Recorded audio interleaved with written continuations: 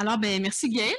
Je suis nerveuse, puis je n'étais encore pas remise de mes émotions de la présentation du livre, il y a de la visite. J'ai voulu contenir mes émotions parce que je voulais pas pleurer à chaudes larmes, sachant que je venais vous parler, mais là, c'est tout encore pogné. Mais je vais faire passer ça après. Donc, bonjour, moi je suis contente de voir qu'on est si nombreux aujourd'hui aussi, autant en présence qu'à la maison. Là, ça, c'est la caméra pour la web diffusion. Alors, bonjour à la maison. C'est pas évident avec nos vies de sortir et de briser l'isolement. Ça, c'est l'intention qui m'habite aujourd'hui et qui m'habite depuis longtemps. Puis là, je suis en train de parler, je me rends compte, je regarde pas mes notes, là. J'avais comme un petit fil que je voulais suivre, là. C'est ça, c'est pas évident avec nos vies. Je voulais remercier Gaëlle et le RQMO de tenir ces activités-là parce que ce sont effectivement des activités qui nous permettent de briser notre isolement. Puis même quand on a des activités qui nous sont offertes, des occasions pour briser l'isolement, des fois, il faut quand même qu'on se pousse dans le dos pour sortir. Je le sais, on a des vies vraiment pas faciles, mais merci au RQMO de tenir ces activités-là, les activités, les journées éducatives, encore une fois, et d'être le phare pour les maladies rares au Québec. C'est précieux, c'est pour l'ensemble des personnes qui vivent avec une maladie rare ou non diagnostiquée et leurs proches aidants. Je sonne comme un disque brisé là, en disant que l'RQMO, c'est un organisme précieux. Là. Il y en a peut-être qui me connaissent, là, ça fait longtemps que je répète ça. Là. Moi, ceux qui ne me connaissent pas, je suis Stéphanie Leclerc. J'ai plusieurs chapeaux dans la vie, dont celui d'être la maman / proche aidante de ma fille Sarah, qui vit avec le syndrome Phelan-McDermid. Elle a maintenant 10 ans. Et ça fait presque 10 ans que j'essaie de m'impliquer dans le domaine des maladies rares et je répète toujours, le RQMO existe, le RQMO offre des services, le RQMO est très précieux et il y a le RQMO, il y a aussi la Rare Disease Foundation qui, j'ai découvert, parce que moi, la phrase qui me tient beaucoup, c'est vraiment briser l'isolement, puis on l'a entendu à plusieurs reprises aujourd'hui. On partage tout ça, on le vit, on sait que c'est difficile de briser l'isolement. Et la Rare Disease Foundation, j'ai découvert leur programme, c'est P2P, c'est en anglais, c'est parent to parent, mais c'est aussi pour les pairs, les peers to peer. Fait que autant les parents que les personnes qui elles-mêmes vivent avec une maladie rare ou une maladie non diagnostiquée peuvent participer à ce programme-là. En fait, le programme, je regarde mes notes vite, j'ai pas de PowerPoint, là, mais j'ai des dépliants. Vous pourrez venir me voir si vous en voulez tantôt. J'ai des dépliants, j'ai un accessoire, puis j'ai bien de la motivation. Fait que ça devrait compenser pour le PowerPoint que j'ai pas. La Rare Disease Foundation a été créée en 2008.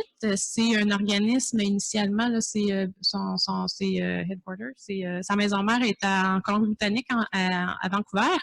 Et elle s'est rendue compte que quand on réunissait un groupe de parents autour de la table, ben, en fait, c'est pas tellement le diagnostic qui était leur point commun ou qui les réunissait, qui était le dénominateur commun.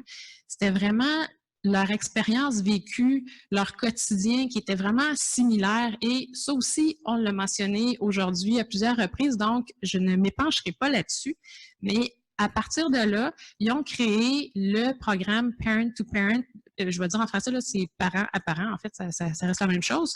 Parent à parent ou père à père. Donc, PAP. Et en fait, le programme, comment ça se traduit, là, j'ai pris plein de notes parce qu'il y a plusieurs petits éléments que je vais vous dire. C'est que ce sont des rencontres qui se tiennent une fois par mois ou 6 à 8 semaines. C'est selon le besoin du milieu, des participants locaux. C'est habituellement pendant la période scolaire, donc ça fait relâche dans le temps des fêtes et pendant l'été. Ce sont des rencontres qui... habituellement, c'est pendant la semaine, c'est de 7h à 9h. J'imagine que selon les besoins du milieu, le moment peut changer également parce qu'en fait, ce qui génère ces activités-là, c'est vraiment les participants dans le milieu. C'est vraiment des rencontres qui se veulent à l'écoute des besoins des gens localement. Et donc, s'il y a des groupes dans différentes villes qui ont besoin de se retrouver à des moments différemment que la semaine de 7 à 9, c'est sûrement possible. Jusqu'à présent, c'est ça la formule, par exemple. C'est pour ça que je vous explique là, le 7 à 9 la semaine. Ça se tient, les rencontres, ça se tient autour de thèmes. Donc, l'idée, c'est d'avoir, il y a 2 co-facilitateurs qui animent les rencontres, donc un parent ou un patient accompagné d'une personne du milieu de la santé. Habituellement, il essaie d'avoir soit des conseillers en génétique. Moi, je m'occupe du groupe à Québec. C'est avec Alex Poulain-Héron, qui est une étudiante en... J'oublie la maîtrise au doctorat en sciences infirmières, donc quelqu'un dans le domaine de la santé. Et on essaie, autour de thèmes, d'inviter une personne qui va venir présenter ce thème-là, soit parce que c'est une personne qui a une connaissance spécifique dans un domaine donné. Là, mettons, je vais vous donner des exemples de sujets. Là. Les sujets, encore une fois, ça dépend des besoins du groupe localement. Donc, ça pourrait être la gestion de la douleur. Ça pourrait être un thème qui est assez universel, là, comment bien se préparer pour les rencontres avec son équipe de soins complexes. Ça peut être ça. Ça peut être la résilience, ça peut être des activités physiques ou des loisirs en tant que personne avec certaines difficultés motrices ou intellectuelles, ou ça peut être des aspects financiers. Donc, on trouve autour d'un sujet quelqu'un qui va venir pour la première partie de la rencontre parler de ce thème-là, offrir son expertise. Et la deuxième portion de la rencontre, ben ça se veut une rencontre, des discussions, des échanges et des discussions orientées vers la résolution de problèmes. Ensuite de ça, les sujets sont variables. J'avais d'autres choses aussi. Ça c'est autour de thème. Non, je pense que je vais tout dire ça par rapport aux rencontres. Donc, l'aspect important qu'il faut que je vous dise, c'est que, bien, en fait, il y en a deux.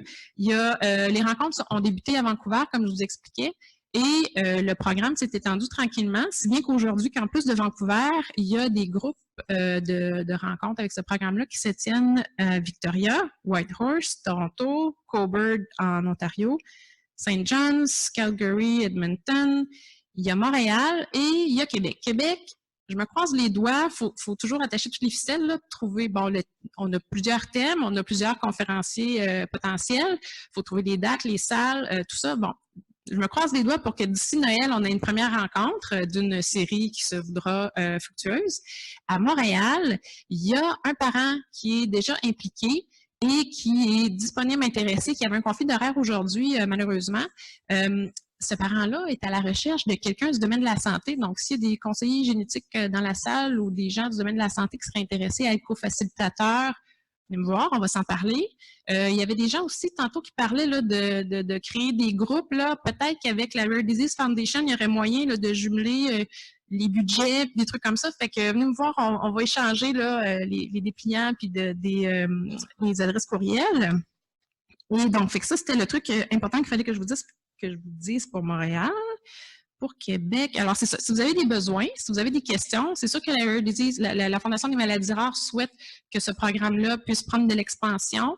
Ça fait partie de leur programme. Donc, eux, dans les revenus, dans les dons qu'ils reçoivent, bien, ça fait partie des programmes où ils investissent de l'argent, donc ils peuvent soutenir financièrement là, ces rencontres-là. Fait que si dans vos villes, je sais qu'il y a des gens qui viennent de vraiment partout, c'est vraiment super intéressant. Donc, si vous avez des besoins dans vos villes, que vous voulez peut-être créer des groupes comme ça, bien, vous pouvez me contacter, puis moi, je trouverai là, la personne avec qui faire le lien à la Fondation pour que vous puissiez là, ouvrir vos ailes et vous lancer dans votre région. Alors, ça, c'était pour le premier mandat que je m'étais fait donner de vous parler du programme. Et là, j'avoue que ça ne tombe pas trop dans le thème de la boîte à outils, mais je me suis fait demander de vous parler et là, à défaut de PowerPoint, je vais vous laisser une image dans votre tête. Je vais vous parler de Dave Proctor. Je ne sais pas si vous avez entendu parler de lui. C'est un athlète, cet homme-là. En passant, il faut que je vous le dise au départ, parce que c'est pas tout le monde qui peut faire ce qu'il fait. En 2018, à l'été 2018, vous avez peut-être vu passer ça, il a fait une première tentative pour traverser le Canada à la course, en battant un record, en traversant le Canada en 66 jours, l'équivalent de 2-3 marathons par jour, non-stop. Mais finalement, il était super bien parti. Par contre, rendu à Winnipeg, il y a eu une blessure et il a dû arrêter. Mais il n'a pas complètement arrêté. Il est en feu et il reprend la route l'été prochain.